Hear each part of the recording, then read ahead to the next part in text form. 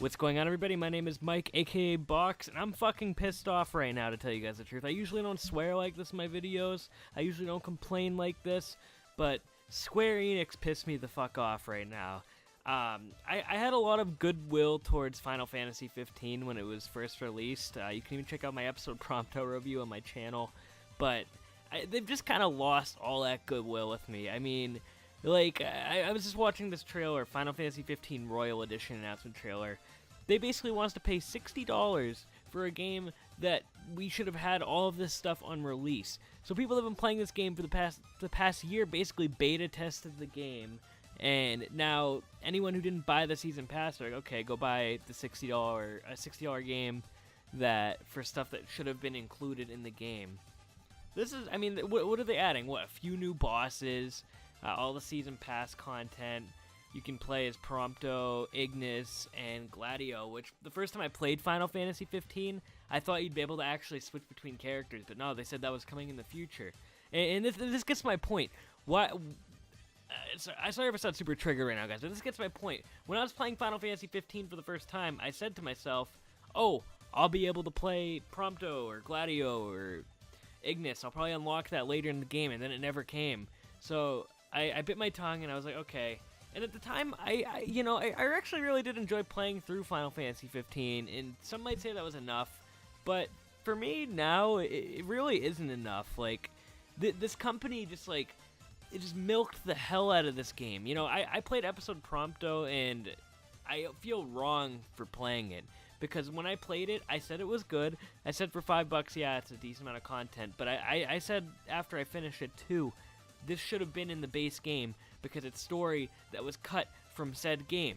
You don't see a Hat in Time selling me the level of DJ Groove separately. No, it's actually a complete game. This didn't feel like a complete game.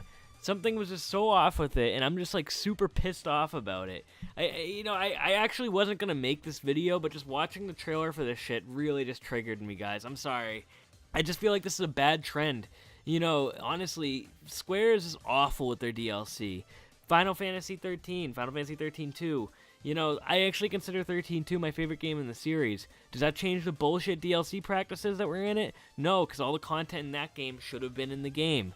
Lightning Returns, they had DLC costumes, stuff that could have been unlockable in the game.